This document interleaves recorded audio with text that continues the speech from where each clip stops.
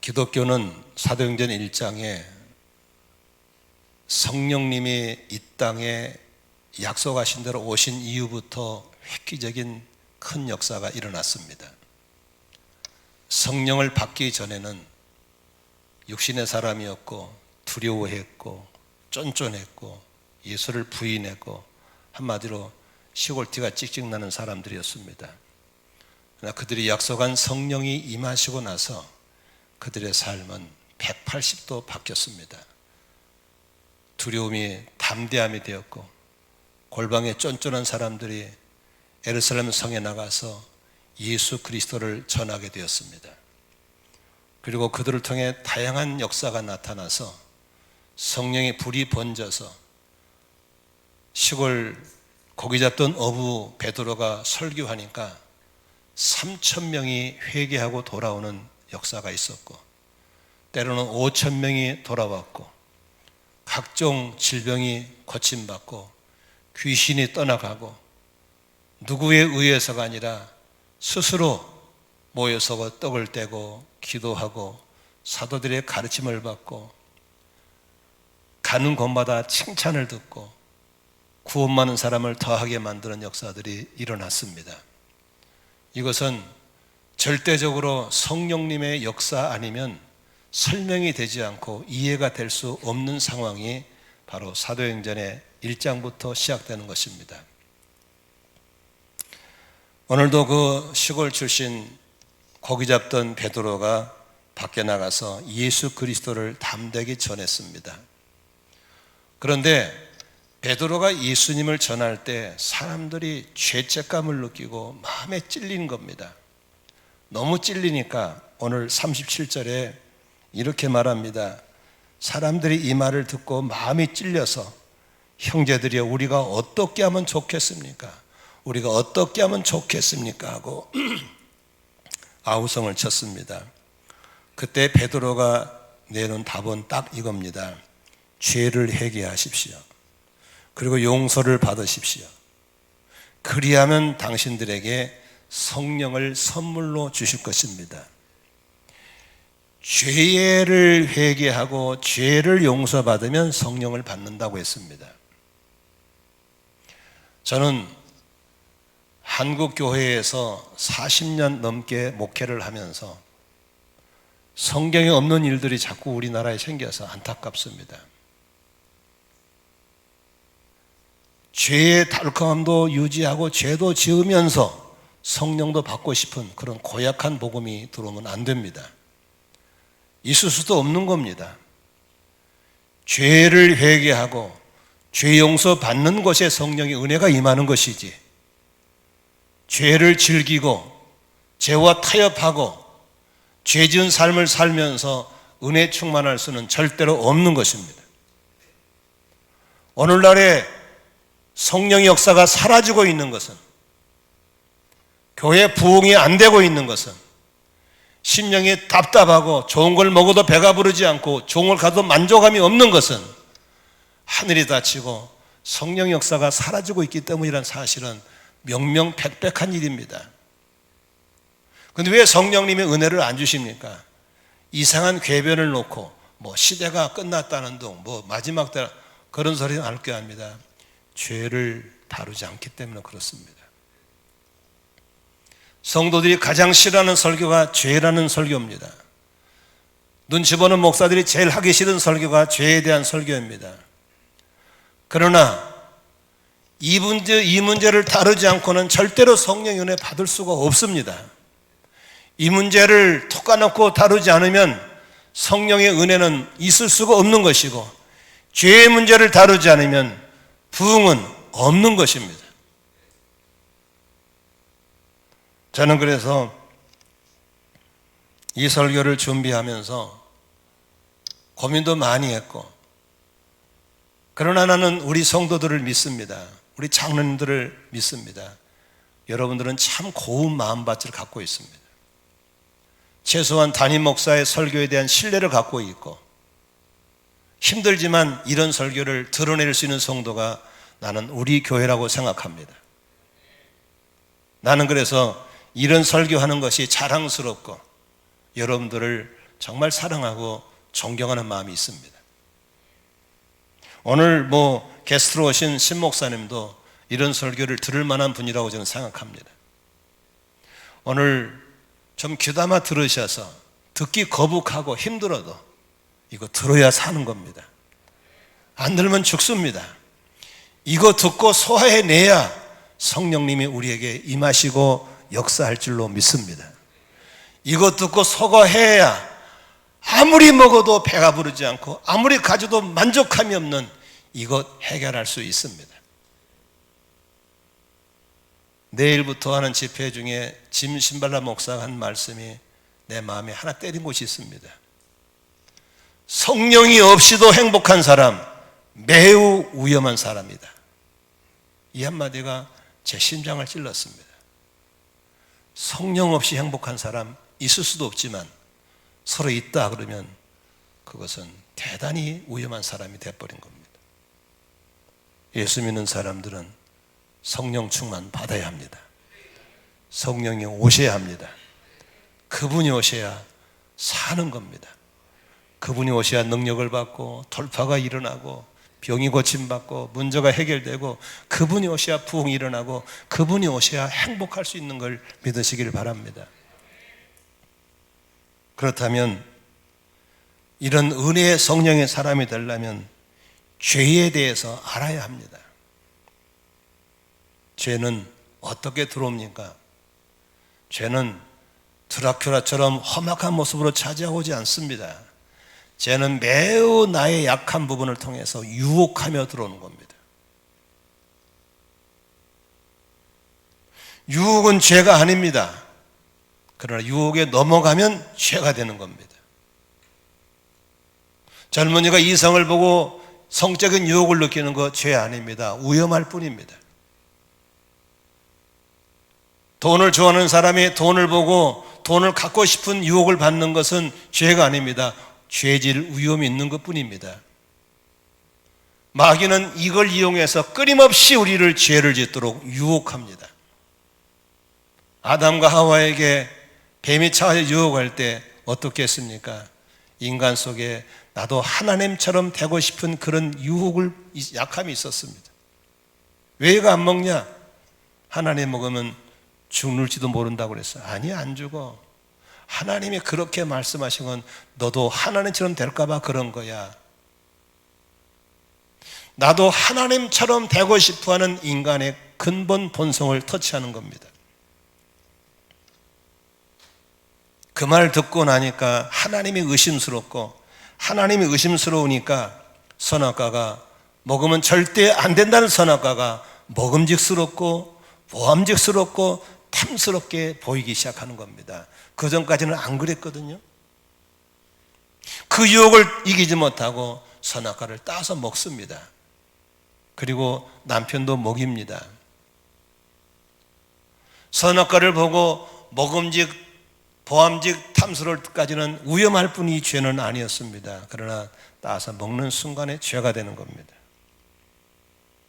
여러분, 정말 우리가 죄와 싸우고 거룩하게 살게 원한다면 유혹을 조심해야 될 줄로 믿습니다. 견물생심이라고 여자분들 좋아하시더구만요. 아이쇼핑. 돈도 없는 주제에 이것저것 기울이고 만져보면 갖고 싶습니다. 빚냅니다. 그리고 할부 끊습니다. 평생 채무의 종이 될 수밖에 없는 삶이 오늘의 현실 아닙니까? 유튜브라는 괴물이 들어와가지고 통제할 수 없는 괴물이 들어와서 어린 아이들부터 다 뇌를 마비시켜버렸습니다. 사람이 아니라 짐승처럼 뇌가 마비되어 버렸습니다. 성적인 사탄의 음란의 도구로 들어와서 이불 속에서 산속의 강가에서 곳곳에 골방에서 전 세계 음란물을 리서치하는 짐승 같은 괴물들, 폭력의 괴물들이 나오고 있는 겁니다. 이번에 전주환이라는 사람도 생긴 건 멀쩡한 사람이 신당동 대낮에 흉기로 사람을 잔인하게 죽이고, 왜 그렇게 사람들이 죄에 노출됐습니까? 유혹 때문에 그렇습니다. 마귀는 아담과 하와를 꺾은 이후부터 지속적으로 유혹이라는 방법을 통해서 우리에게 죄짓게 하는 겁니다. 그렇다고 그런 유혹이 무서워서 산속에서 혼자 살 수는 없는 겁니다. 중요한 건 사탄의 전략을 알고 조심하고 깨어있고 우리 속에 죄를 이겨낼 수 있는 내성을 길러내는, 면역력을 길러내는 것이 필요한 줄로 믿습니다. 그런데 우리가 죄를 조심해야 될 이유가 뭡니까? 죄의 전염성입니다. 죄는 아주 무섭도록 전염이 되어버립니다. 속도가 매우 빠릅니다. 지금 여러분 3년째 이렇게 마스크를 쓰고 답답하게 앉아있는 이유가 무엇 때문에 그렇습니까? 눈에 보이지 않는 바이러스의 전염성 때문에 그렇습니다. 비말만 튀어가도 조금만 해도, 그래서 손 씻어야 되고 마스크 써야 되고, 저는 이게 거리가 멀기 때문에 안 막았지만 거리가 짧은 길에 이것도 치더라고요. 치고 얼마나 힘들게 살아갑니까? 여기서 전염성 때문에 그렇습니다.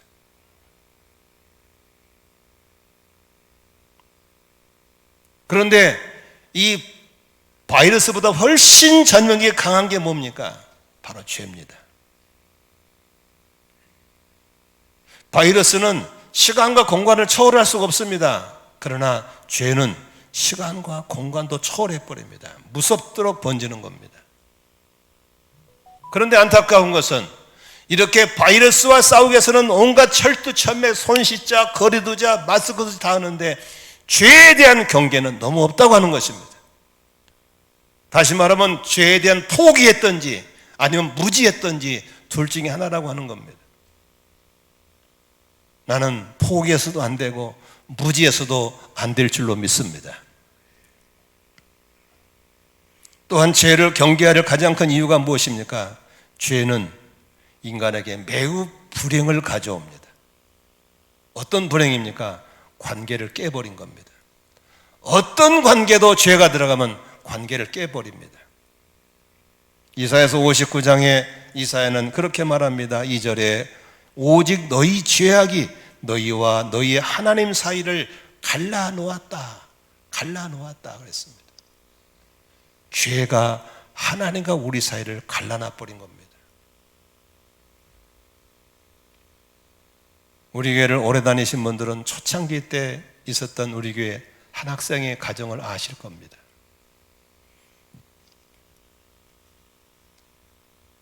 한양 아파트 살던 아이인데 부모님은 초지정의 교회에 다니시고 그 아이들은 5학년, 3학년 우리 교회에 왔습니다. 가까우니까 우리 교회 다녔죠. 근데 부모님이 애들이 우리 교회 나오니까 우리 부모님을 알죠. 초청받은 밥도 먹고 참 부부 사이가 좋았습니다. 인꼬 부부, 닭살 부부라고 그랬습니다. 그런데 그 남편이, 부인은 그 아파트 통장이고 남편은 공단의 공장장이었습니다. 그 당시만 교통이 매우 나쁘기 때문에 공장에서 일하는 직원들에게 밥을 해준 식당 아주머니가 신여금 사료 이렇게 시내에 나올 차편이 없으니까 불편하니까 공장장이 볼일 있을 때 한번 태워다 주고를 몇 분 하던 사이에 두 사람 사이에 넘지 못할 선을 넘습니다. 그것이 발각이 됐습니다. 그렇게 성적인 죄를 짓고 나니까 부부 사이에 쫙 갈라집니다. 쫙 갈라지면서부터 그 아이들은 불행해졌습니다. 부부는 물론 이혼했죠. 아이들은 그런 깨어진 가정 속에서 얼마나 비참하게 자란지 모릅니다.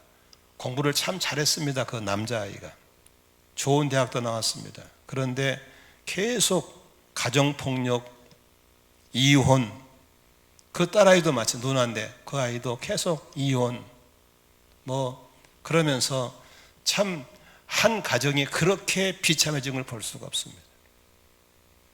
지금은 어디 숨었는지 살을 찾을 길이 없습니다. 잠적해버렸습니다.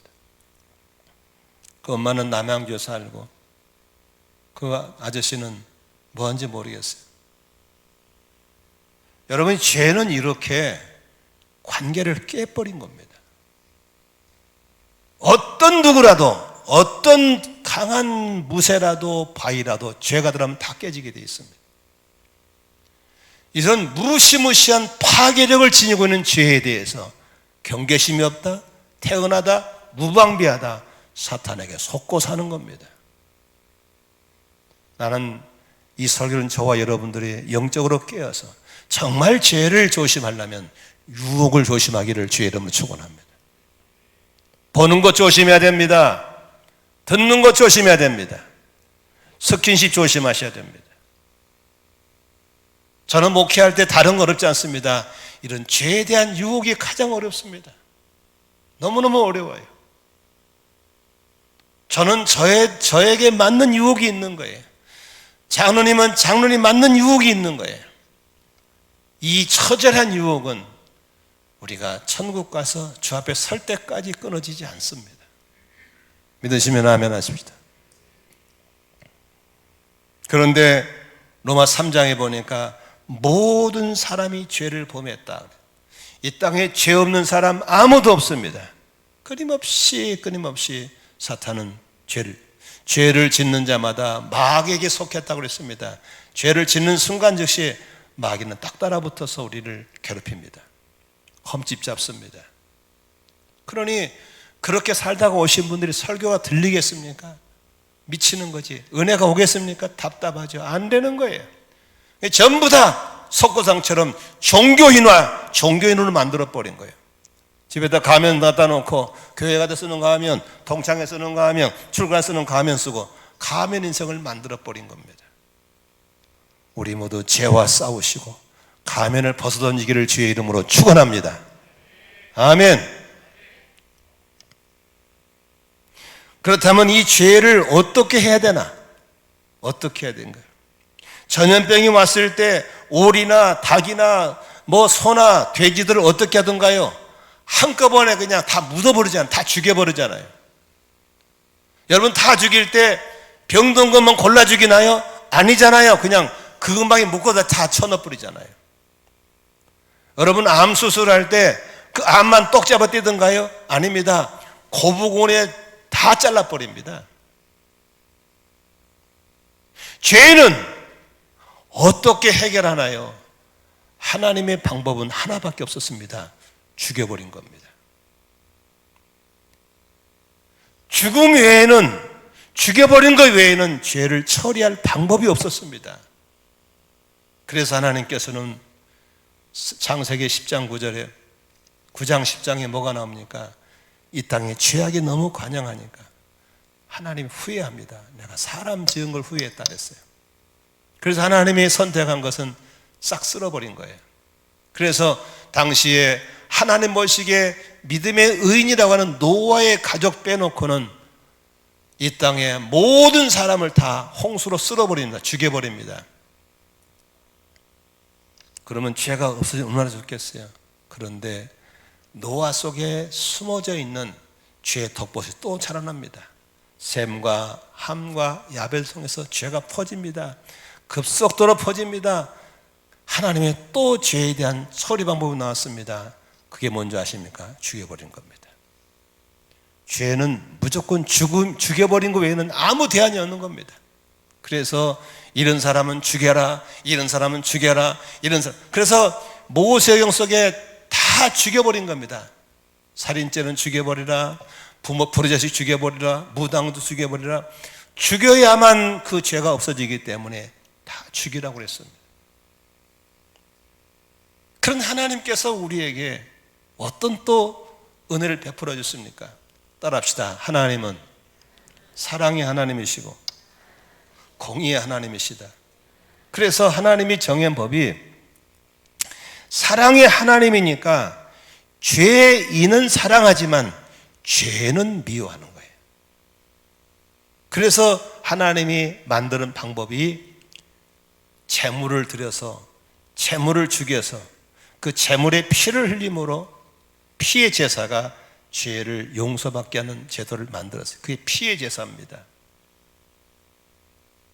그래서 사람이 죄를 지으면 재물을 가져오면 재물몰에다가 안수해서 죄를 뒤집어 씌우는 거예요. 임파테이션 하는 거예요. 그리고 그 재물을 죽이는 거예요.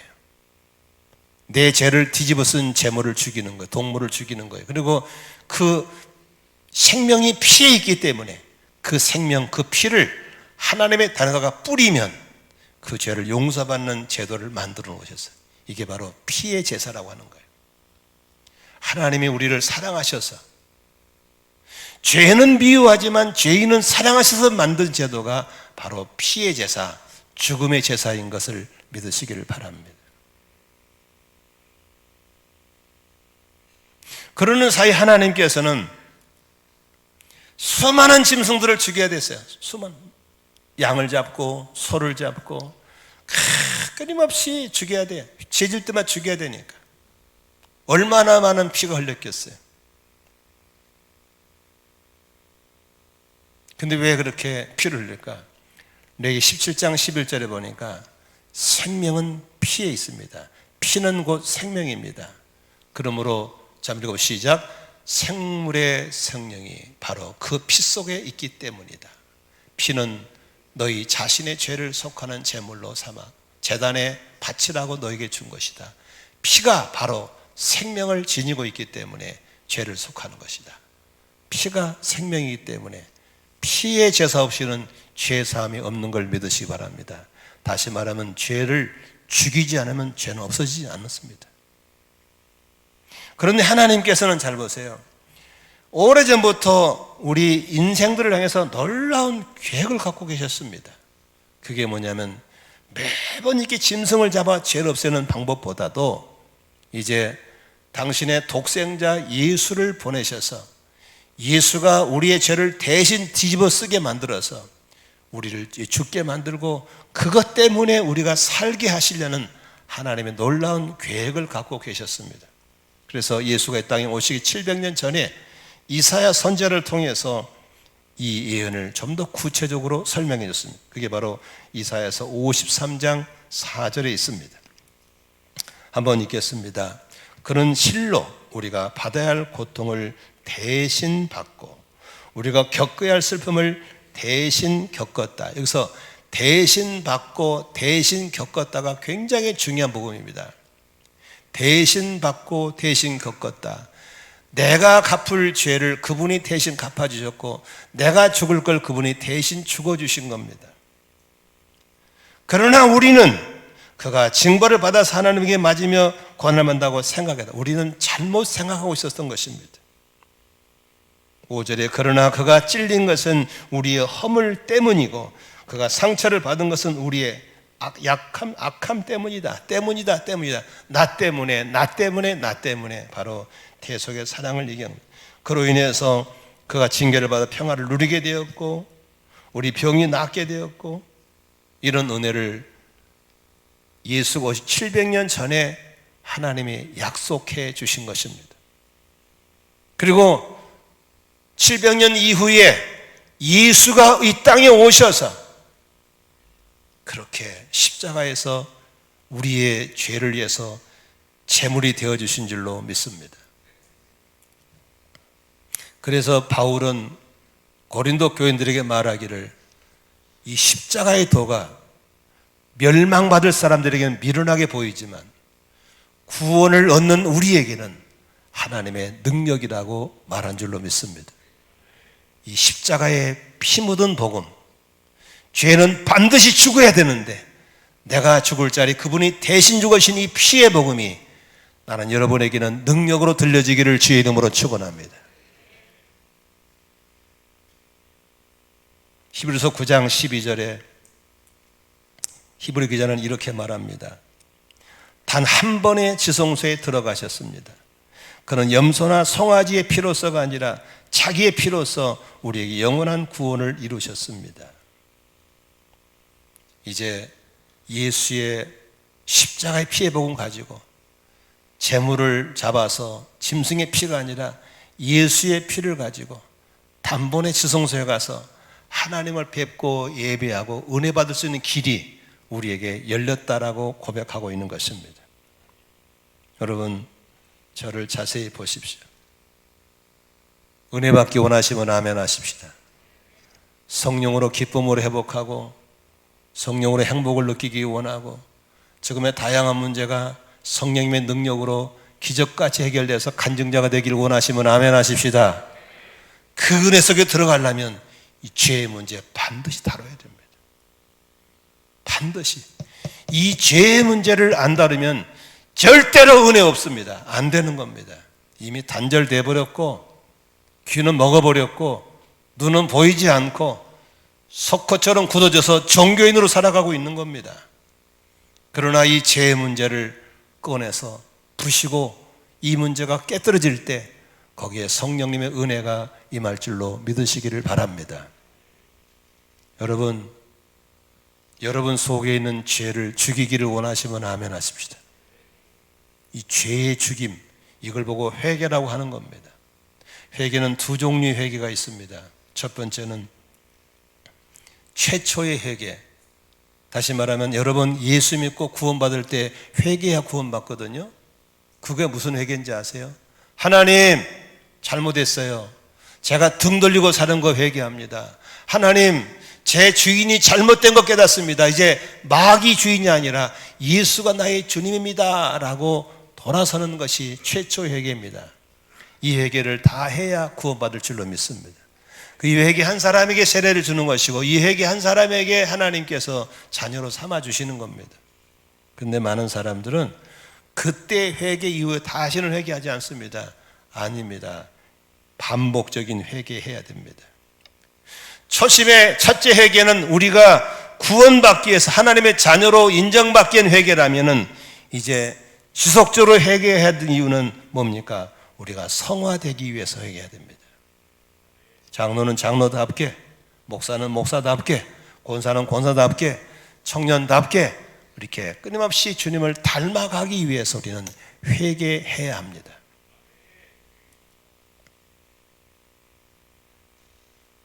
많은 사람들은 은혜가 없어 회개가 안 된대요. 그런데 여러분, 회개하는 역사는 두 가지가 필요합니다. 첫째는 하나님이 역사해줘야 회개가 될 수 있습니다. 그럼 하나님이 역사 안 하면 그냥 죄지고 있을 거예요? 나도 인간적인 회개하기 위한 노력을 해야 되는 겁니다. 여러분들에게 그렇게 회개하고 성령의 충만함 받는 은혜 속에 들어가기를 원하시면 아멘 하십시다. 9시 뉴스 볼 때 오는 게 아닙니다. 우영우라는 연속을 볼 때 오는 게 아닙니다. 회개의 영은 이렇게 말씀을 들을 때 임하시는 겁니다.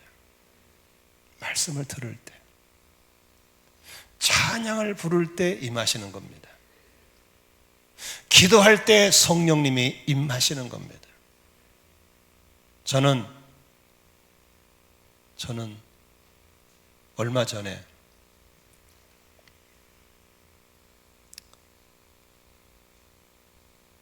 기도하는데 갑자기 칼로 내 폐부를 찌르는 듯한 고통을 느꼈어요.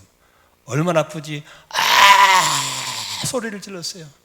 너무 깊이 찾아오셔서 나의 잘못을 지적해 주셨어요. 너무너무 아팠어요.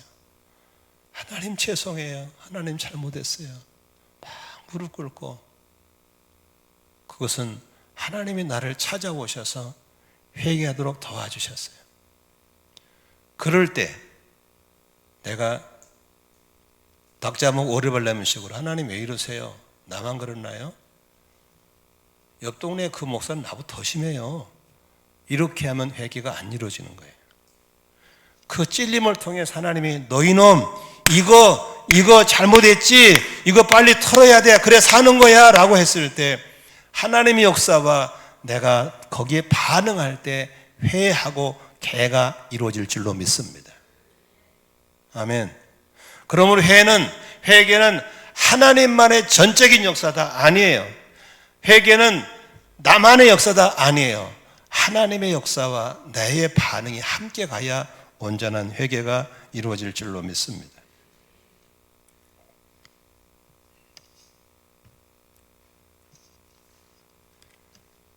우리는 우리 안에 독버섯처럼 자라나고 있는 이 죄의 잡초들을 늘 뽑아야 합니다.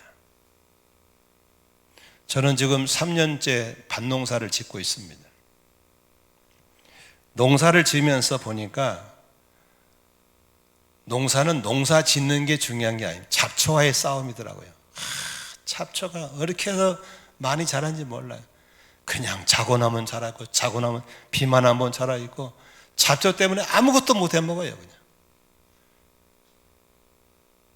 그런데 농사 전문가들 밭에 가면 깨끗해 잡초가. 왜? 농약을 해버려요. 그냥 제초제를 다 뿌려버려요. 근데 우리는 유기농 한다고 또 그것도 안 뿌려요. 그러니까 뽑으면 뽑고 뽑아도 또 생기고 뽑고 뽑아 또 생기고. 우리 속의 죄성은 한 번 회개했다 끝나는 게 아니에요. 죽을 때까지 계속 나오는 거예요. 그러므로 우리는 끊임없이 회개하고 또 회개해야 될 줄로 믿습니다. 아멘. 근데 많은 사람들이 진정한 회개가 뭔지를 몰라요. 특히 우리 대표기도 하신 분들 보면은 그냥 담나무 쑥 이렇게 하는 회개가 있어요. 그건 그냥 회개 아니에요. 회개는 마음을 찢어야 돼요. 마음을 찢고 회개해야 돼요. 진정한 회개는 참회뿐만이 아니고 돌아서야 돼요. 진정한 회개는 내 안의 죄를 십자가에 못 박고 죄를 죽이는 거예요. 죄의 죽임이 진정한 회개인 걸 믿으시기 바랍니다. 덜 죽여놓고 또 다른 죄를 지면 그것은 회개하는 게 아니에요.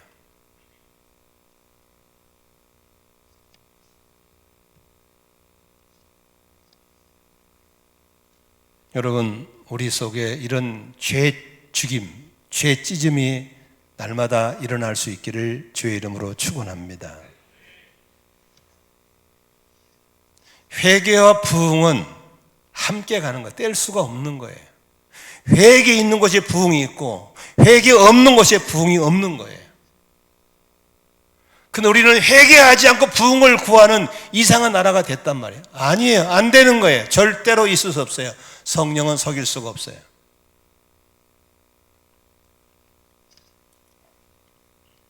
그러므로 눈물 콧물 쏟는 회개가 일어났다 기대해 보세요. 거기 지금 반드시 큰 역사 일어날 거예요. 그래 눈이 바싹 말라가지고 뺄덩뺄덩 떴다. 죄송하지만 거기 성령님 역사 없습니다. 진정한 회개가 있는 곳에 성령 역사로 믿음이 껑충 뛰어오르든지 간증이 쏟아지든지 사람이 많이 모이든지 기뻐 춤을 추든지 이런 부흥이 반드시 따라오게 될 걸 믿으시기를 바랍니다.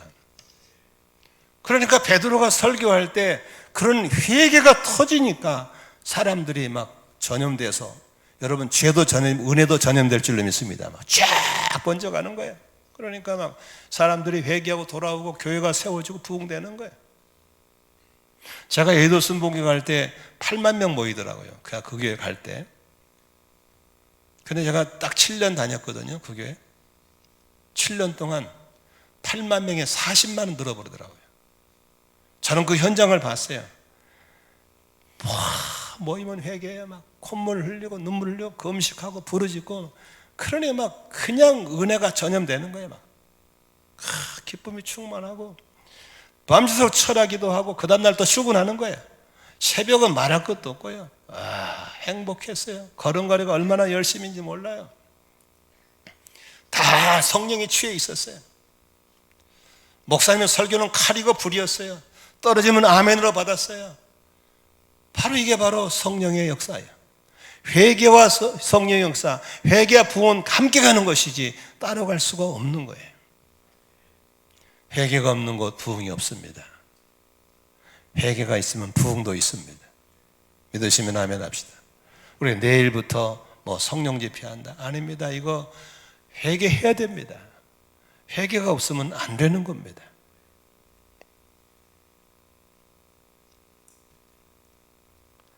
부흥이 오면 세 가지 역사가 나타납니다. 첫째로 사람이 많이 모입니다.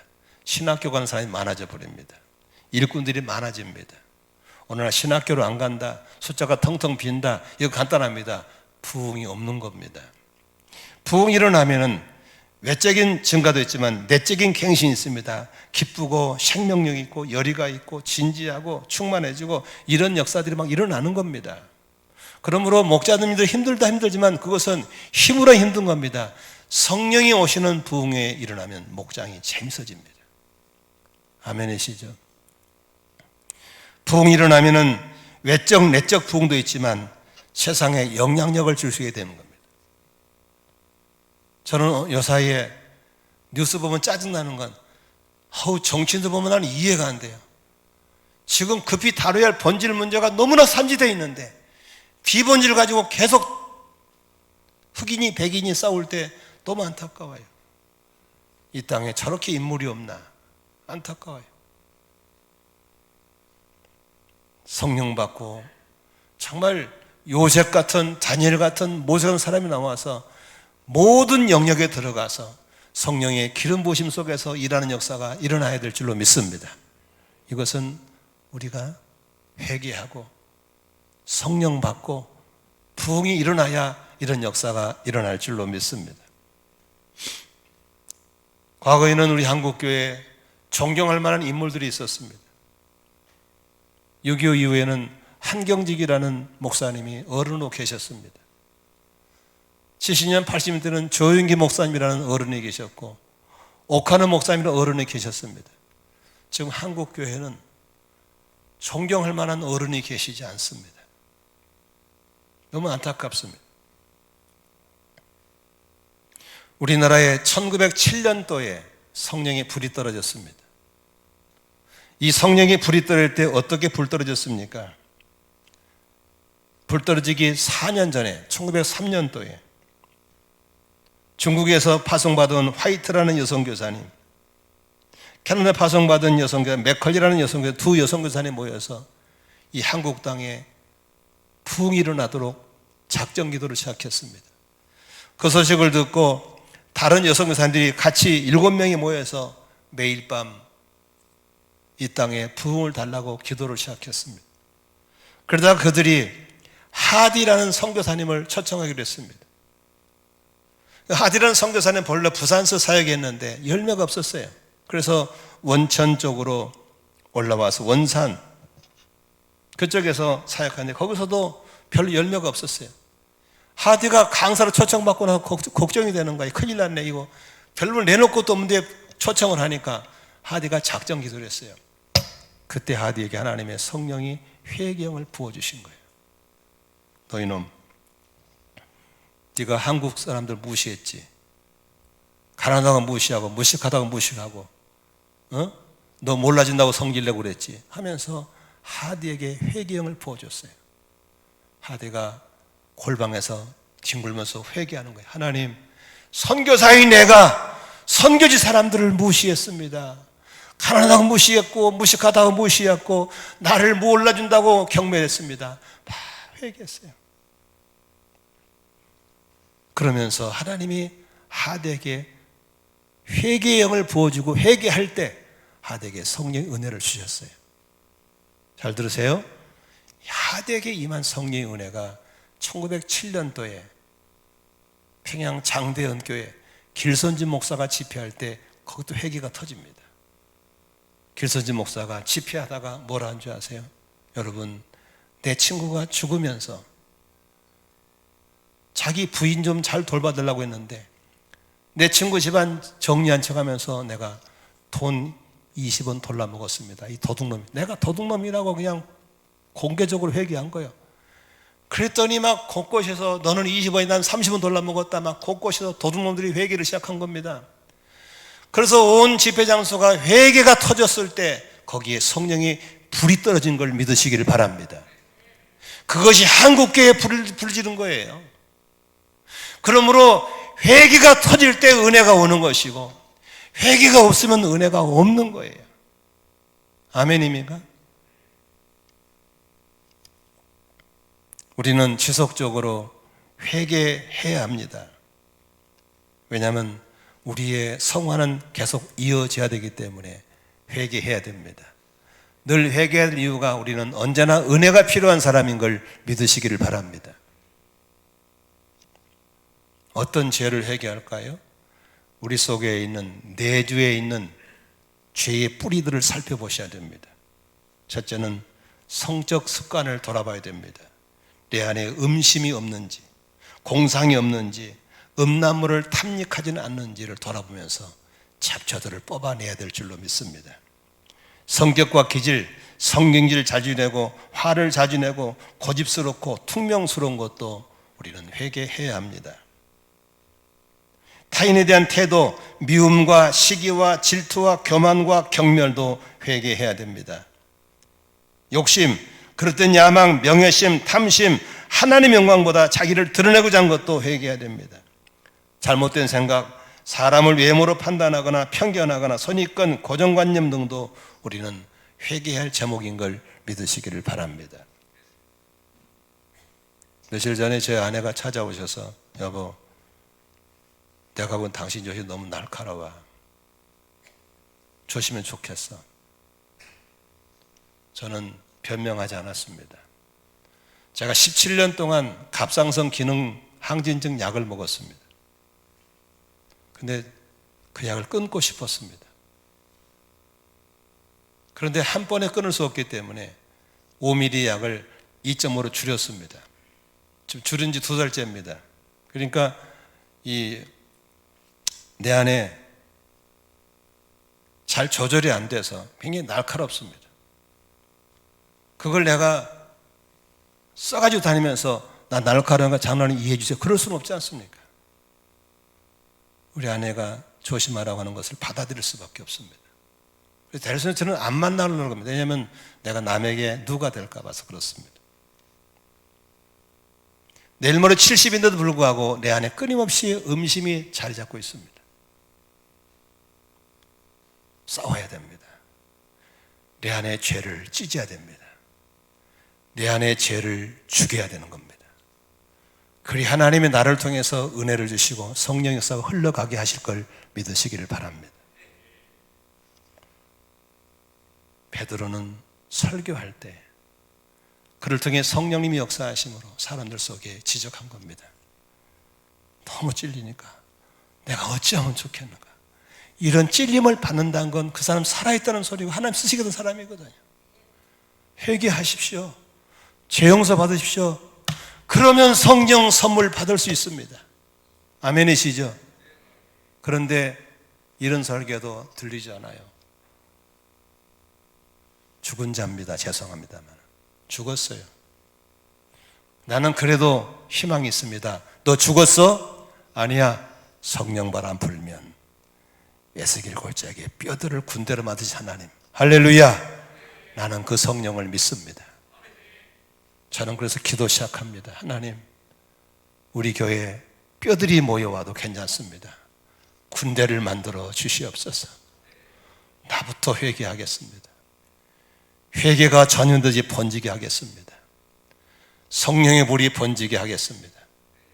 내게 맡긴 저 영혼들을 책임져야 되겠습니다. 하나님, 이렇게 풍요롭고 이렇게 편리한데 뭐가 힘들다고 입만 열면 힘듭니까? 여러분, 지구 역사 이래 이렇게 풍요로운 일 한 번도 없었습니다. 이렇게 편리한 일 아무도 없었습니다. 그런데 왜 그렇게 힘들다고 그럽니까? 답은 하나입니다. 성령이 없어서 그렇습니다. 성령이 오시면 이보다 훨씬 불편해도 행복했습니다. 훨씬 가난해도 행복했습니다. 우리는 성령으로 살아야 될 줄로 믿으시면 아멘 하십시다. 성령 충만 받아야 됩니다. 절박해야 받는 겁니다. 사모해야 받는 겁니다. 부르짖어야 받을 줄로 믿습니다. 일부 나오신 분 중에 아주 멀리 사시면서 저기 멀리 사신 분, 그분은 새벽기도 나오고 꿈도 못 꿨어요. 내가 그랬어요. 죄송해요. 어떻게 해요? 내일부터 새벽기도 비대면 껐는데 저 나올 거예요. 새벽기도 나올 거예요. 그러면 끝나는 겁니다. 그 멀리서 차 타고 오겠다는데 새벽 5시에 그러면 사는 거예요. 믿으시면 아멘 하십시다. 따라합시다. 내 안에 죄를 죽이자. 은혜는 산다. 믿으시면 아멘 합시다. 두 개 다 살 수는 절대로 없는 겁니다. 죄를 죽이면 은혜는 사는 겁니다.